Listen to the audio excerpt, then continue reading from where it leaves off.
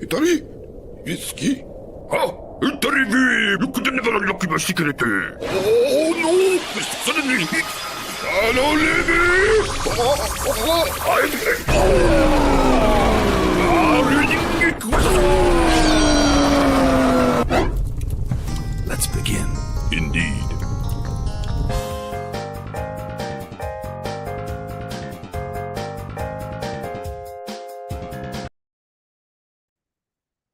All right, hello everyone, and welcome. Hello everyone. Sorry, I'm a little burned out, and welcome to Honey Badger Radio. My name is Brian. This is the Fireside Chat, and I'm joined by, our very own Prim Reaper, Tanis. Welcome to the show, Tanis. How are you? Good, good. Thank you for having me on again. I know it's been a long time, but goodness me, it's been busy. Yeah, a lot's changed. What was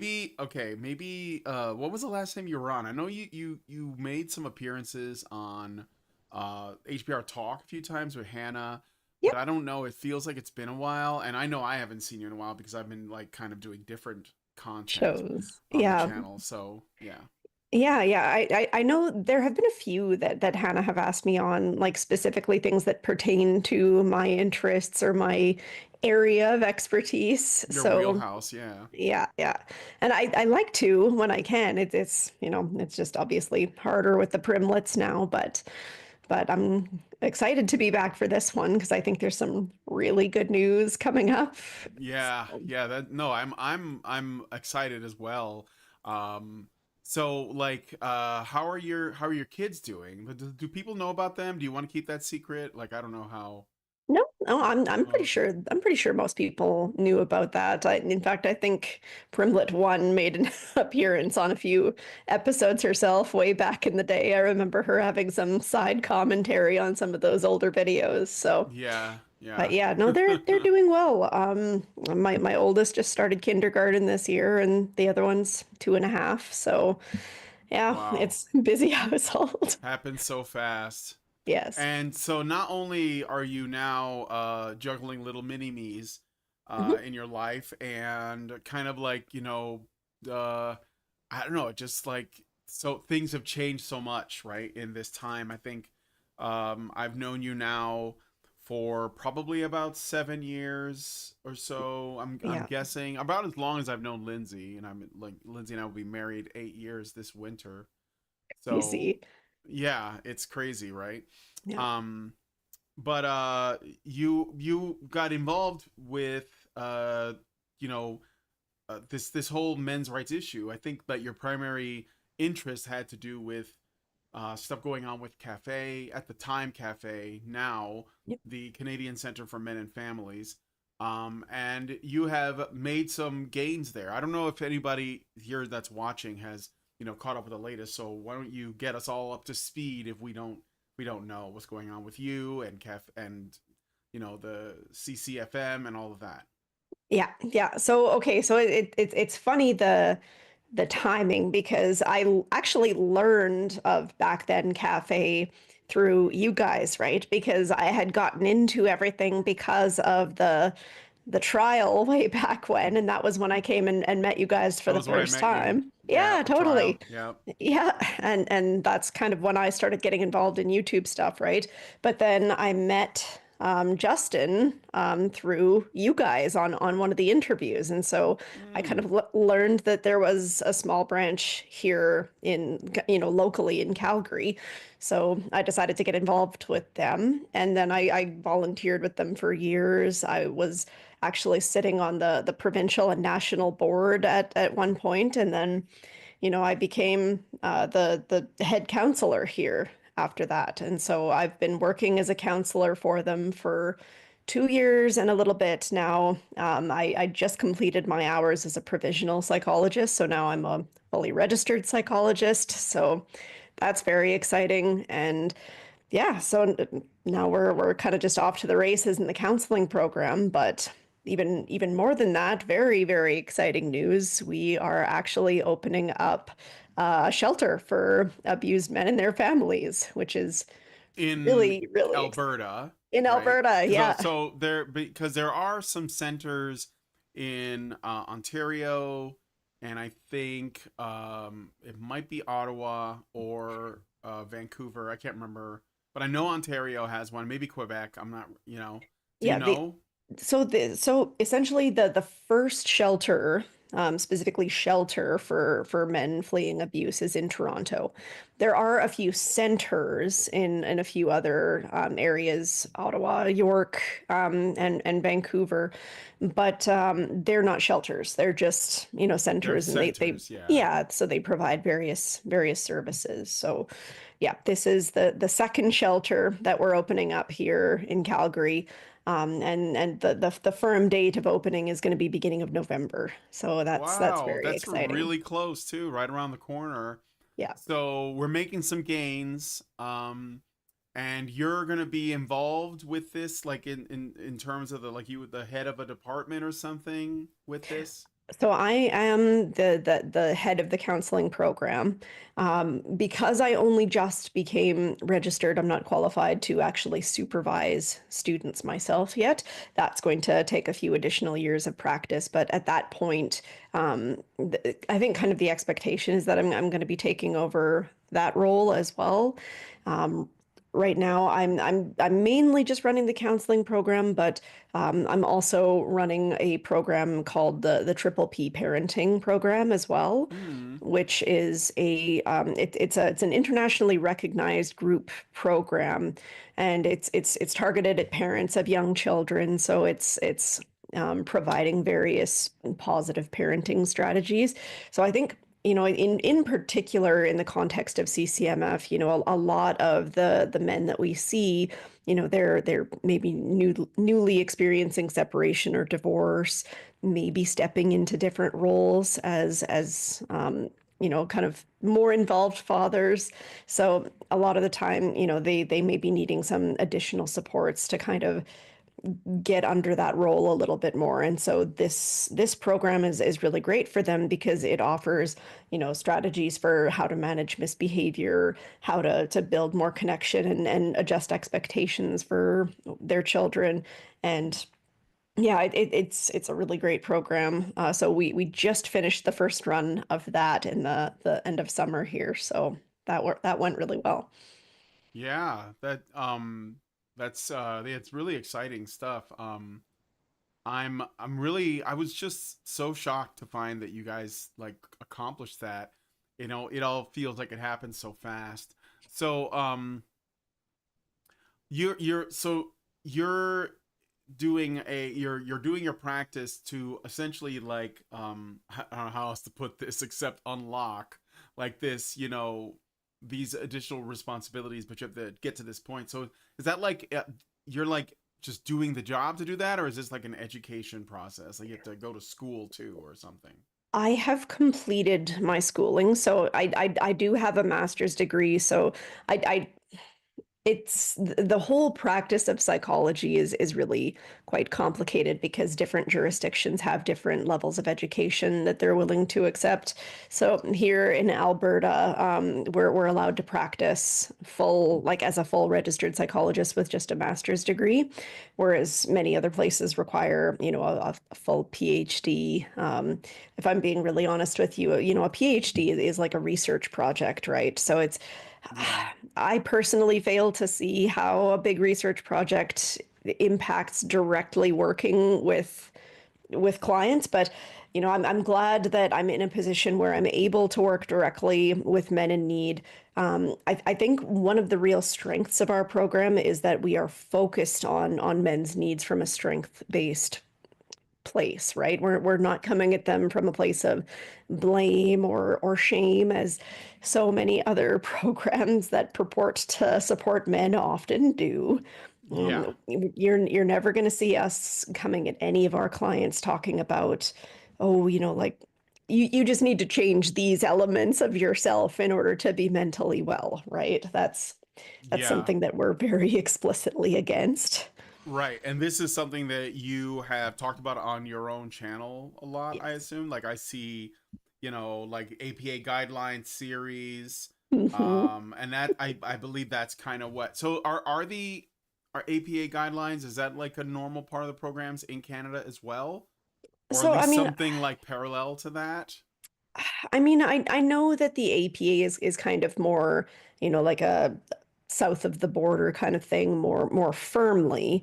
But I do know that, it's still something like the attitudes still kind of permeate through to Yeah. other practices of psychology, right? And Yeah. so I think it's really important that whenever we see these kinds of attitudes that have the potential to cause harm, we're like it's an ethical obligation to be challenging them, right? Like if you actually read the code of ethics for psychology, it says that we should challenge that sort of thing. And I'm sure they didn't mean to. I'm sure all of the the research kind of, Mm-hmm. is echoing these sorts of attitudes. But, if you're on the ground and working with men directly, I think you have much more of a feel for how bad that stuff is, right? You guys would know better than anybody else. So, Yeah, yeah. But I'm always like checking myself to make sure that I'm not I guess like, too in that mindset of knowing exactly what it's about and not challenging it, because you never know, I could be wrong, maybe things have changed, maybe the way that we do things in the United States is not the same as the way we do it in Canada or the UK. But when I spoke to Martin Seeger and Dr. John Barry and Phil Mitchell, they're all, they all practice these things in the United Kingdom, and they're all like, oh no, no, we don't call it the APA, but they essentially all kind of mirror each other. Like the standards of the UK and the APA are basically the same, so it's yeah. built on the same foundation. So that's why I was asking about Canada. Oh, yeah. I didn't want to assume, but if I figured, we all kind of set standards for each other, right? Yes, So definitely. yeah. Yeah. Yeah. So I got a super chow I want to read really quick from Richard Bier. He gives us $5 and just says Prim. Okay. Thank you for that. And but okay, so I want to get into the real thing that I thought was kind of exciting. Other than like the fact that the shelter's opening, I think that's fantastic. Mhm. I hope that there's going to be more of this as time goes on. Yeah. But this always presents a challenge. Obviously, the whole field of help for men, whether it is in the material sense, or even more so in the sort of like mental health, or services, or hospitality oriented context, you have this concern of ideological pushing. You were kind of alluding to it just Yeah. now, that like, is it even worth it for men to get therapy if Right. therapists are going to be applying this kind of uh well, I don't know how else to describe it except feminist lens on them, that essentially blames them for their own problems. And when I talked to you we did the meetup, and Prim was there, so you should have went if you didn't go. So you got to see her kids and her, which is probably the main reason to go, let's be honest. And My goodness. You're gonna make me turn well, red. no, it's okay. But you and I were chatting a little bit, and you said that you're hoping to be able to use your sort of position to really be scrutinizing about who gets to do the job, or at least what, I don't know, techniques they use or whatever. So tell us a little Yeah. bit about that some more. Your Sure. Yeah. goals in that So regard.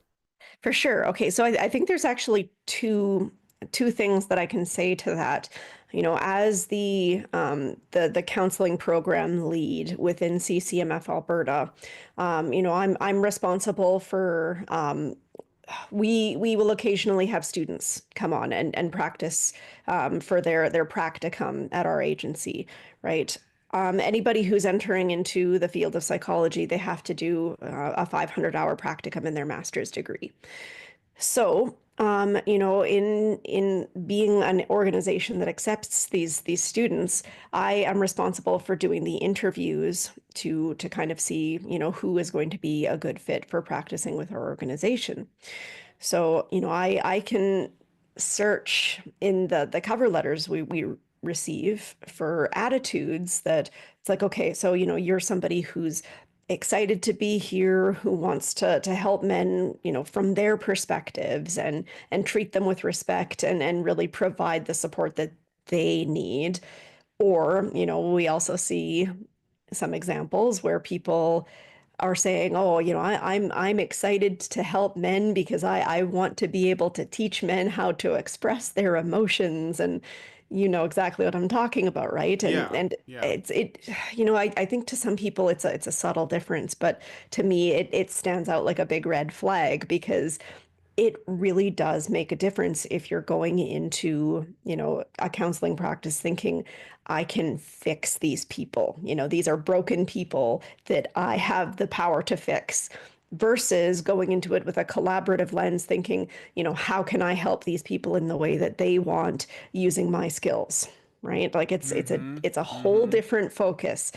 And so I really think it's a very important position to occupy because, not only is my own practice obviously impacting my clients, but in a way, if I'm selecting the students that are going to be practicing for us, there's kind of an extra layer of responsibility there, right? So I think it's so important to be making sure that the people that we have at our organization are all people that are coming from the right place.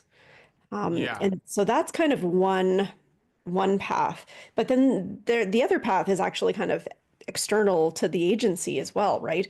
We will often have meetings with other organizations. We'll put on presentations for people that kind of are interested in what we may be doing, and or maybe kind of in a field adjacent. So an example is, we've been having plenty of talks with other shelters that are targeted towards, female victims of domestic abuse, right? And so when we have these meetings, I can go into them talking about, okay, so here's the kind of do's and don'ts of supporting men who may or may not be coming through your programs, right? Because a lot of people, they, as I said, they're not really thinking about it. And there Mm-hmm. are several dominant narratives, unfortunately, in society that many people who are not thinking critically about it just think, oh, yeah, this is normal and this is helpful. And so we can go in and we can be like, well, actually, Yeah. maybe not so much. Yeah, yeah. So this is you're making a really good point. I want to go back to the first part of this. For Uh sure.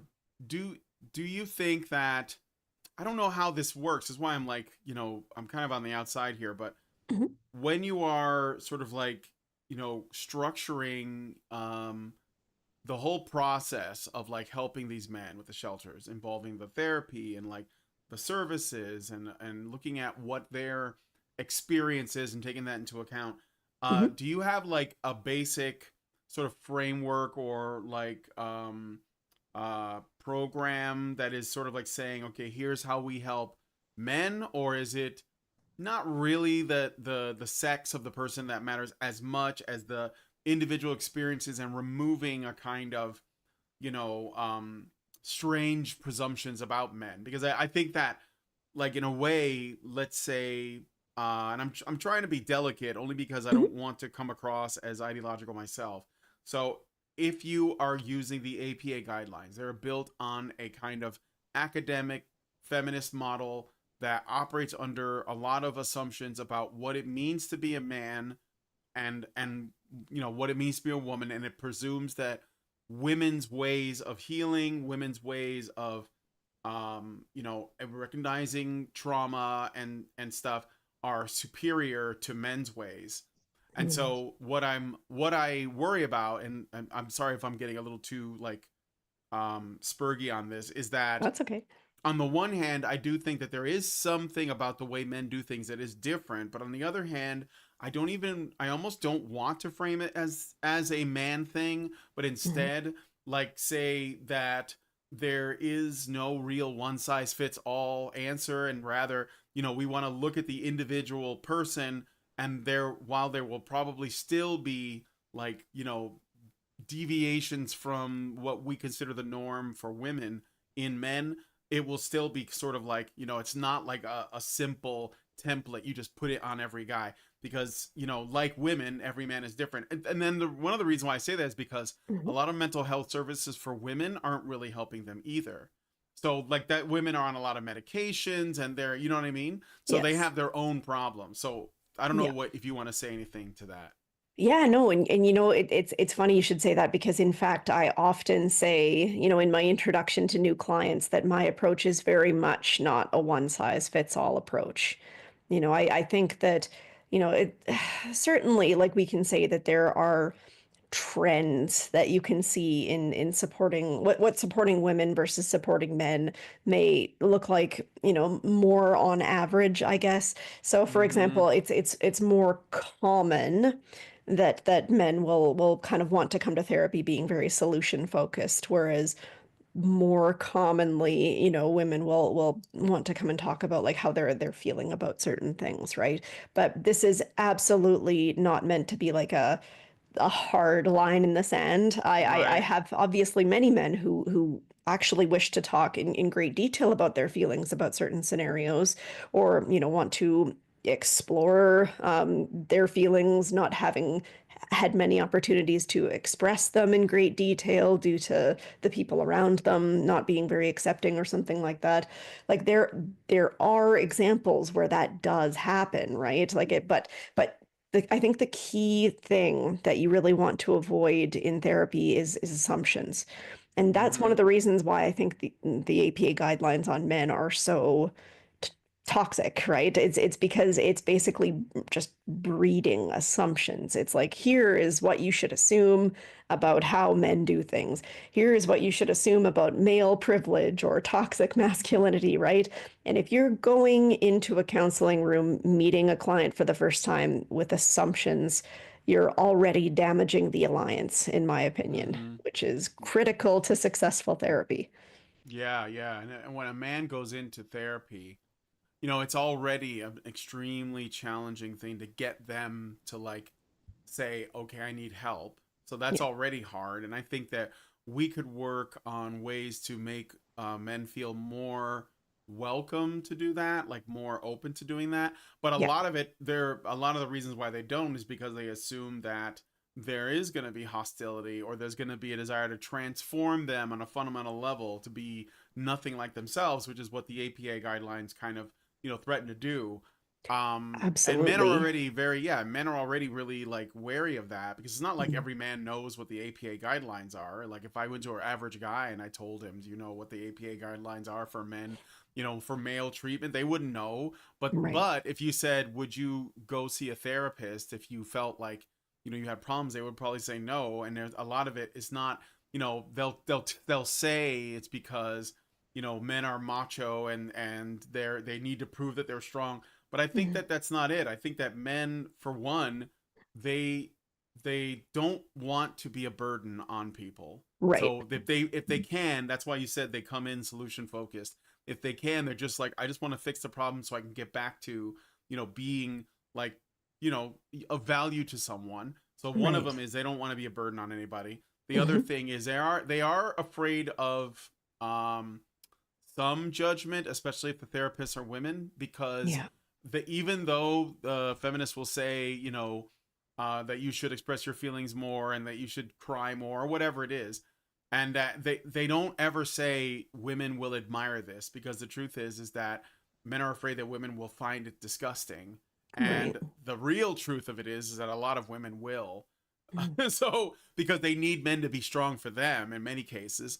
So this is like a hard thing, but I think getting, like, it just comes down to getting men to feel like they can look for help, and that Yeah. help is actually there to help them, and it Right. is there for that. And then it comes down to, like, not seeing the way men typically heal or try to heal Mhm. as inferior, or a bad sort of, or not diagnosis, a bad solution to their problem, in the same way that women's ways of healing, which is what you said, women like to talk about it, because what they're doing when women talk about it, they're kind of working it out themselves. Yeah. Like if I let my if Lindsay has a problem, and like with her job, and she's like ranting at me about something at her job, I would just let her say it, and I'll just, yep, I get it. And Mhm. I'm not just saying that, like, I'm listening, oh yeah, that was a shitty thing for him to do. And then she works it out on her own, and she's like, okay, this is what I'm going to do next time. And I'm like, okay, great. So it's just, Yes. it's just different Yeah. like that. So, Yeah, well, and it's funny because they say, oh, there's so much stigma against men getting mental health help. Men just don't want to reach out. Men just don't want to talk about their problems. But it's like that's that's a load of nonsense, if I'm yeah, being really honest, because if you provide men with a space that respects them, that believes what they're going through, that treats them with dignity, they will absolutely talk about what's going on for them. They will yeah. absolutely release some of that burden if they feel like it is a safe space that is not going to belittle them for what they're going through. Mm-hmm. So being Mm-hmm. able to provide that is so important because I think that if more people took that approach of, not acting like, men are somehow deficient for having weaknesses or anything else like that, then, you'd see a lot more men opening up. But, like you Yeah. said, unfortunately, a lot of women especially will treat men like there is something wrong with them. It's like we've talked about this many times before when I was more prolific on the shows, right? It's like, oh, you should express your emotions. Oh, but not that one. That one's scary. Oh, not that one. That makes Mm-hmm. me, turned off, right? And it's just like, for Pete's sakes, you can't say that you support men's mental health on one hand and then act like that on the other. Doesn't Yeah, work. you can't put all these barriers up and be like, okay, express yourself. Wait, let me build a fence around you. Okay, Just like now, asterisk, asterisk, asterisk. yeah, Yeah. exactly. So when you get like, I don't know, do you do like interviews to sort of vet people? Like, how does that work? Well, I mean, like we have interviews, like usually when we start accepting new students, we'll have an interview to sort of kind of assess some of their attitudes, right? So Mm-hmm. it's like, not only exploring like whatever different counseling models they may use, because there are a lot of different counseling models out there, like, cognitive behavioral therapy, solution focused therapy, acceptance and commitment therapy. Like everybody has their own kind of way of practicing, and Sure. the the field of psychology is not necessarily like, oh, there's one way that you should practice in order to be effective. There's a lot of leeway involved with that. Um, Mm-hmm. there the one document that everybody is expected to follow is like the code of ethics. That's kind of like the gold standard, and that's kind of that in itself is a different thing from things like, the APA Yeah, guidelines, which are more it sounds a aspirational. more like, yeah, that sounds a little bit more like principled, like, Yeah. above that. Yeah. Yeah. Yeah. Yeah. So, like I'll explore about what models and things like that they practice from, but then, I'll also have questions involved, like, kind of assessing what do you think are some of the key problems impacting men's mental health these days, right? Or, what are your Mm. attitudes towards supporting men? Like what does that look like in your mind, right? Just to kind Yeah. of see the kinds of answers that people will give, because you'll see the people that are in it for like a real passion and a real desire to help men versus people who, maybe have like ideologies that are not Yeah, compatible or they're with. just kind of following like what they learned. Because if you just Right. go to university, you're probably going to get that, that sort of more, well, like we said, that more ideological view. It doesn't necessarily mean that they're ideologues. It's just like it's what they were taught, and they're just sort of regurgitating that. Like, oh, I heard this, and I'm just going to say it. You Yeah. know. Um. Well, what's the I'm coming across a little low. Am I? Let me Hmm. see. Sounds normal to I'll me, turn but myself a little bit. No, it's all right. I'm not that close to my microphone. Okay. So, what I was gonna say is, oh, I got a super chat. Let me just read it really quick. Sims for Prim Club represent. Hi from Jake for $1.99. hi, Thank you, Jake. Anemic Royalty. Okay. So so how many have you done, like a lot already, like interviews and stuff? And what is the general, like what kind of things are people saying regarding those questions? I'm curious about the sort of different kinds of responses. Like how often do you get the sort of general, toxic masculinity type narratives versus something that's a little bit more curious, or interested in what's behind it, or maybe even pick something up from a Phil Mitchell or a Dr. John Barry. Well, to be honest, I very rarely get answers by the time I'm at the interview stage. Mm-hmm. Usually I have filtered out a lot of the stuff that is really egregious, if I'm being Yeah. totally honest. Like a lot of people will kind of have those tells in the cover letter. So Oh. yeah, so I'll be kind of reading through that, and then this is our third year of taking students. So we actually haven't had a lot of students come through the program yet. We're still pretty small, so we only take students in the fall to winter semester, right? So usually you'll see counseling practicums go through approximately 8-month cycles, right? Because that's usually how long their programs will run them for. So, Mm-hmm. like really big counseling organizations will have one that runs from September to April, one that runs from, January to September, and then one that runs from April to January or whatever they wind up doing it, right? And so they'll have a constant stream of students running through. We can really only support the September to April ones right now. And we only have the capacity at the moment because we're still so small. Believe it or not, nobody wants to fund men's organizations, unfortunately. Shocker. I Yeah. know, right? But yeah, so anyway, to kind of return back to your question, by the time I'm getting to the interview stages with people, I'll usually have a pretty good run of responses that are not involved with the toxic masculinity element. So at that point, we'll either have people answering, kind of more generic that they're just kind of wanting to help men be able to express Sure. themselves versus people who, have maybe had experiences and who think, oh, like I have lots of male family members that I really care about, and I never want to see any man suffer like they've suffered. Oftentimes you'll see people who have a male family member who has gone through some of the things that we've experienced frequently in our organization, and you can see that passion to want to work against that kind of thing. And so Yeah. I think having that kind of commitment is a really big thing. It really Mm-hmm. does kind of separate the wheat from the chaff in terms of who's going to be a good counselor. Yeah. And is this for these people that are entering this? Is this paid work, or is this like volunteer work? So for the students, this is usually most practicums are not paid positions.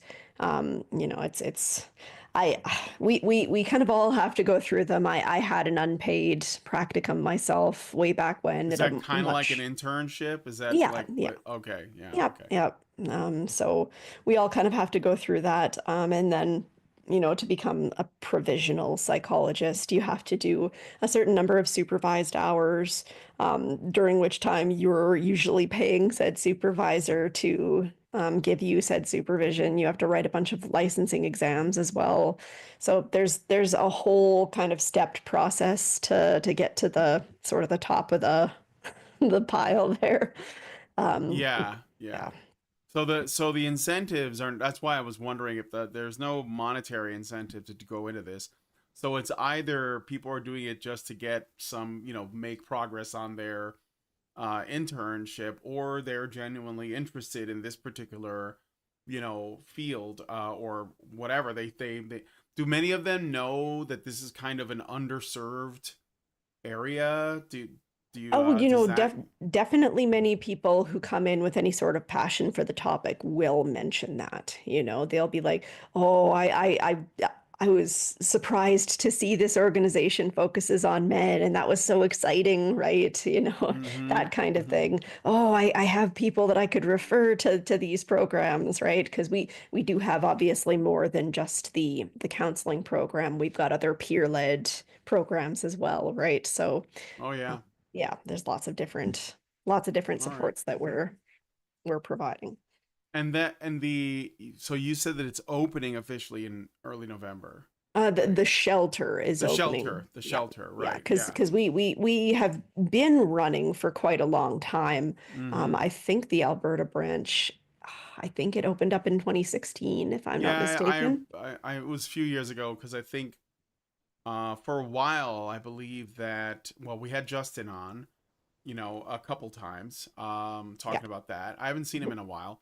And I think Monique was working with you guys for a bit, but I might Yeah, have for a that wrong. time. Yeah, she was, right? Because now she's Yeah, doing something about parental alienation. yeah, yeah. So yeah, I remember that for sure. Mhm. Um, do you how do you feel about like how has it been doing since it started in 2016? Are you guys seeing any growth? Are Oh, you Oh yeah? definitely. Oh, Oh yeah, really? massively. Yeah, yeah. Back in 2016, like it was so much smaller, and almost everybody was a like a volunteer, and we're just trying to get the ideas out there, and we're swimming against the current of people kind of dismissing us as, oh, you're all a bunch of misogynists Right. or an You all hate MRA women and yeah, all oh my that. Yeah, goodness. Yeah. sure. Far right. Yeah. Yeah. Yeah, And but then then we had Beth Barbary come on, and she was actually on one of the HBR shows one time way back when.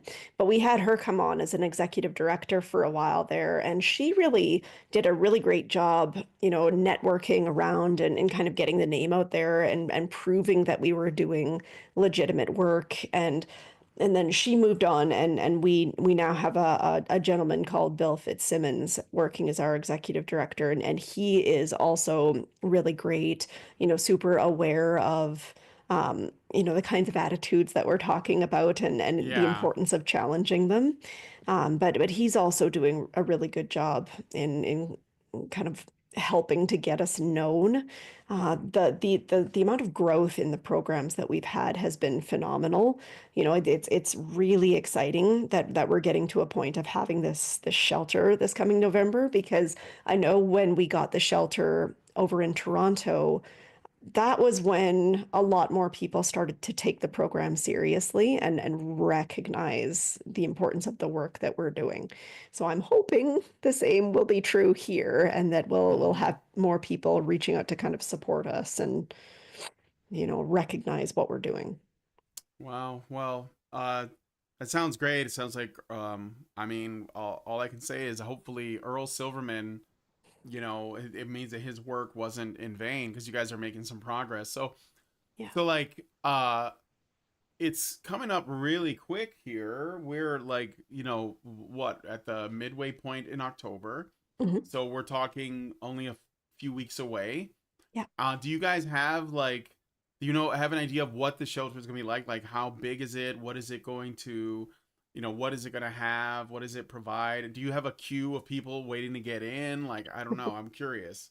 Well, like it's basically a small little apartment building. I believe, if I'm not fully mistaken, there's like 8 little separate apartments in there. So, we own the building, so that's really exciting. So we're hoping to kind of um, Are there like studios, like bed, bathroom kind of thing? we have some bachelor suites, and I believe we also have some one bedrooms.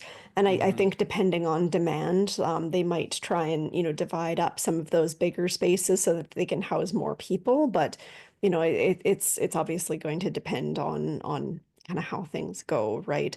I know in Toronto they had quite a wait list, so there Yeah. really was a lot of demand for it in the end, which it just shows the importance of the Right. program, right? And we'll see if Exactly. the same thing happens here. Yeah, for sure. So, and then is it just apartments? It's not like I don't know what I'm thinking of, but some kind of because when I was when I was doing my internship, Mhm. this was in like 2010 or something. One of the things I was doing, and it was weird because I was going to an art school, but I Mhm. was essentially working with children at a shelter, and I was teaching them how to draw.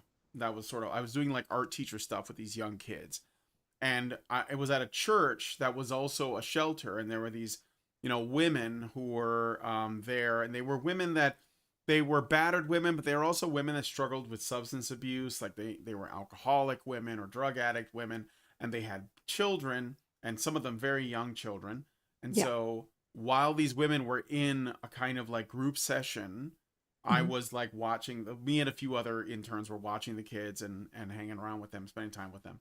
And so like, it got me presuming that shelters, I mean, I know this was a church, so maybe that's a big difference too. And I know that what you guys are doing is not that.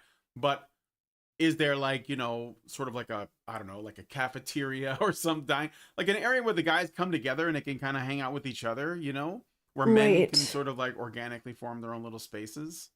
I don't 100% know if there's going to be a shared kitchen. I know there is in Toronto. I Oh haven't yeah. been inside the building that we Mm. purchased in Alberta. Mm-hmm. Um, but I know they're working on, getting people in to paint it right away here and try and get it, like fit for people to come in. I know there's like a basement area, I think, where Mm-hmm. there may at some time come potential for meetings down there, but Mm. we're not 100% sure. And there's also some like zoning restrictions on what exactly we're allowed to use the space for, of course. So, Yeah. we don't want to run afoul of any like city restrictions or anything like that. Right. But there's certainly a lot of potential, which is really exciting, and we're hoping to kind of expand and make it, more of a full-fledged office where we can kind of run services out of as well as have as a shelter, right? So, Yeah. yeah. Yeah.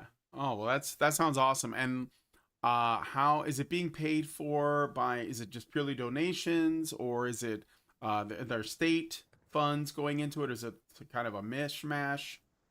So, we do rely a lot on, donations from just like, your average Joe. So, hey, shout out. We could always be using help towards those programs. Um, it's difficult to get, like government or municipal funding or things like that, as you'd probably expect. I made a video not that long ago, I think kind of December, January, about how we had attempted to talk to a big local foundation for funding for some of our programs, and they were just, offering really quite critical questions about, oh, like your organization has associated with these wrong people in the past. Do you denounce them? And it's like, oh, for Pete's Yeah, you sakes. have to disavow these far right groups. Yeah. Well, that is the trouble with these government organizations, because there's like special interest groups. They got their hands in their pockets, and they can use your need for funding to gatekeep or control what you guys do. So I think Yeah. if you are primarily getting your money from donors and people who just support you out of their pockets, you'll have more autonomy to do things the way you want. So I, Yeah. I mean, I hope that the downside of that is, of course, you're not getting the money as easily, because the state can just, essentially take it from the people and give it to you. But if you get it from your, investors and stuff, then I think that's overall it gives you a clearer conscience, at least, Right. because Yeah. then you're doing things the way you want to. So Yeah, I was going to say, thankfully, we have a couple of, private philanthropists that really support the work that we're doing. And so, we rely a fair bit on donations from those specific people. So, um, that is something that we're really grateful to have. Obviously, I wish we have more, but like, again, I think as the shelter opens and, we get people needing and using the space, I'm hoping that will cause more people to take us seriously and stop treating it like so much of a, oh, like you can't have our slice of the pie, right? It's like, no, everybody deserves to have services, men and women. It's okay. We can support both. yes, exactly. Um, I was gonna ask one other thing about the services, and then I want to ask you something about some plans we have. Allison's already setting up another meetup for next September. Mhm. But before I get to that, because I'm sure Allison's gonna spam me with info about it. Um, what kind of things you guys do for men? I know that there's, you know, therapy sessions and stuff, but I Mhm. found, and this is just from talking to guys like Phil Mitchell and Martin Seeger and Don Barry, Mhm. that men like to do things with their hands. And even when you said that, you know, we need to paint the place, I was like, oh, I wonder if some of the guys could do that. Oh, that sounds like you're putting them to work. But like, you know, I think that one of the ways that men do well is when they're doing some activity, right? Mhm. Especially working with their hands, or fishing, sports. You know, there's like the sheds. You know about the sheds in Yeah. Australia. Yeah. So, do you guys have like or is that like a part of the what kind of stuff is in the curriculum or the programs for men? Well, right now, a lot of the stuff that we have is online, Oh, because okay. you know uh, we had some in-person capability at our previous location that wasn't a shelter. It was just an office, but men kind of voted with their feet on that one, and they preferred to come to all of our offerings online rather than make the trip out to go in person. So I'm talking about things like we have a men's peer support group where, men just kind of get together. There's a facilitator who will kind of help run the group, but mostly it's about men sharing stories with each other. Awesome. There's a Nexus domestic violence support group, which is a structured 13-week program. It's again, it's run by peers, but there's training involved to become a facilitator. But it's mostly about, kind of helping men to recognize what they've been through and develop some skills and abilities to kind of work through that and get back on their feet. Um, we have a legal advice program. So, we have legal volunteers who provide kind of free consultations, like half-an-hour consultations for advice. It's not a replacement for a lawyer, obviously, but it No. can help people to kind of know what they should do next in their situations. We also have, like small other like webinars that we'll put on. We have a lawyer that volunteers time to put on webinars about specific legal problems that men may experience. We have our Fueling Fathers program, which is, small little webinar series about various different topics that fathers may like to have support with. So, like Mm-hmm. preparing meals on a budget, doing fun things with their kids on a budget. I think we had one on doing one's taxes, like all kinds of different things that may be of use. Um, Yeah. so we've got stuff like that. I would really love to have something where, we're working on like specific projects like what you just described. We don't, I don't know that we necessarily have the capacity yet. We did just add a new online program that's like a philosophy group that lots of men are getting a lot of benefit from. So, talking about different philosophical approaches to one's life that are often helpful, like Yeah, reading some stoicism. Marcus Aurelius with the boys, Yeah, right? exactly. Yeah, and, Yeah. and that's been doing really well. So I'm excited about that. Yeah, Yeah, that so sounds lots that of sounds really offerings. great. Very exciting stuff. It's nice to get, you know, to hear about some real progress that's being made. I feel like this wouldn't have been possible in 2016 because No. I know how hard it was and like, you know, even earlier, you know, I mentioned Earl Silverman and how unfortunate that is. Mhm. But it seems like in some capacity there's like some positive change happening. So Yeah. uh so so there's like a meetup. So we just did one and it's really good to see you there. But we're gonna try and do another one next Mhm. September. Yeah. And hopefully it'll be like a little less chaotic. I mean, I feel like that the last one was fine, but it was kind of chaotic. And Lindsay Yeah. and I got to figure out a new way to get up there because I think the drive was just like it just kicked my ass. Oh So no. we're gonna figure out some other way. Maybe we'll put JoJo on a plane or something. I don't know. But Oh goodness. yeah, I know I'm terrified of that. Like Lindsay's like, no, we're not doing that because he's gonna end up in Guam and we're gonna be in Canada and you know, Oh. yeah, it's just and I don't know how he's gonna react to the pressure and all that. Yep. Anyway, all that being said, so we have like, in theory, we are starting a new plan for a meetup in September of 2025. Will we see you? It'll probably be in the same area. Probably. Right. Yeah, definitely. Yeah, definitely. Okay. Yeah, I'll definitely come out. You know, it's always nice to have an opportunity to come out and see you guys. You know, it's been a shame that I haven't been able to be as involved in the shows, but you know, I like to come. You're doing important work, and you have Spawn to care for. Yes. Yes. And as those spawn get older and, you know, more independent, that frees up a lot more time. Yeah. Did you enjoy what little time you had to hang out with us that day? Yeah, definitely. And I think the girls did too, actually. So, you know, it was nice for them to get to see everybody too. Yeah. All right. Well, Prim, is there anything else that people should know about what you're doing and that we haven't talked about before I wrap it up? I don't think so. You know, I think that about covers it.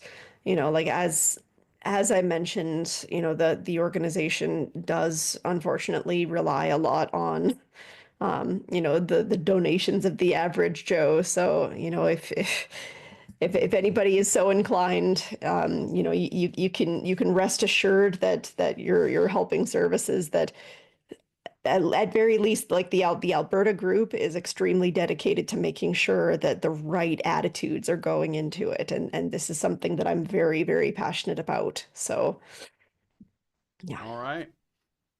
Well, Prim, thank you so much for coming on the show.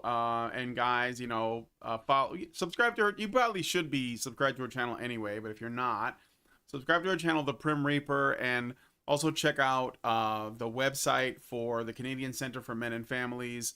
They are doing good work, I think. I mean, I think that the ability to, you know, build these services for men without a kind of ideological obstruction is like, I don't know, you could ask for anything more at this point. So thank you guys for coming on the show. There goes, yeah, it's ccmfalberta.ca. Thank you for dropping the link in there.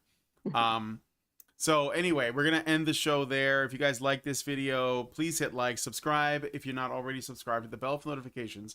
Leave us a comment. Let us know what you guys think about what we discussed on the show today. And please, please, please share this video, because sharing is caring. Thank you so much for coming on today's episode of the Fireside Chat. And we'll talk to you all in the next one. Have a good evening, everybody. Talk to you later. Bye, everyone. Are machines, dude. Okay? They are literal machines. They are talking point machines. They are impossible to fucking deal with, especially if you have like a couple dudes who have good memory on top of that too. Holy shit, you're fucked.